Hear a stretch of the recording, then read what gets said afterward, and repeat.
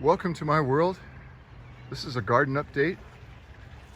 I planted the garden last weekend. The perennial hill here is looking pretty good. Had a lot of weeds in it. Black-eyed Susans are coming up, as are the daylilies. I don't remember what that's called, but it's really pretty this time of year. Got some echinacea that has buds on it.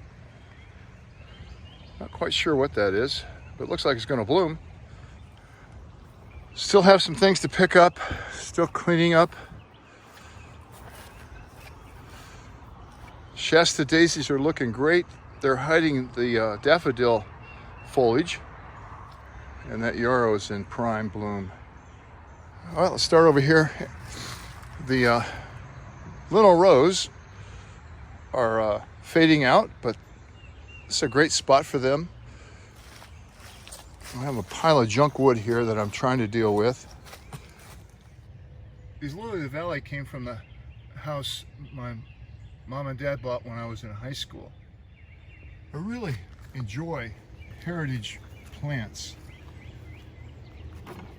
In the meantime, the potatoes are doing great here in the potato box. These canna lilies came from my mother-in-law and father-in-law's house. My father-in-law had to dig these up. They lived in northern Illinois, had to dig these up every winter. They just come back prolifically here. These are the strawberries I planted earlier. I know you're supposed to take the blooms off the first year. I don't. I let them go ahead and bloom and produce fruit, and you can see they're already starting to branch out.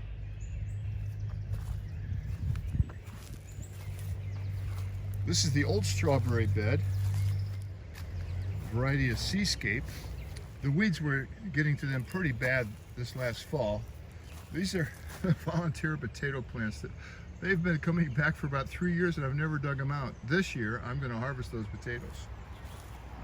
This jasmine plant is just overwhelmed here and it's going to come out. But my weed eater is in the shop. And as soon as it gets back, I'm going to put the blade on it and take these out and let them start over. I've got a lone strawberry plant in this bed, and these are little leaf cucumbers that I planted last week. I put this stick over my planting of lettuce and the cats moved it off. You can see the cat prints all through here. They love to come in to the garden after I've freshly turned it over. Thanks to my wife for weeding this. The onions are looking really good. And here's the PVC planting. We've harvested most of these radishes. One of them started going to seed, and the lettuce is looking really good. These are radishes that need to be thinned out. The package of seeds was 5 years old, so I just put basically the whole package, what was left, in this one row, and I think every one of them came up. The spinach, not looking great. Got it in a little bit late. But we do have some more leaf lettuce coming on. In the bathtub here, the water really cleared up. I don't see any lotus plants coming up yet. I hope I didn't kill them all.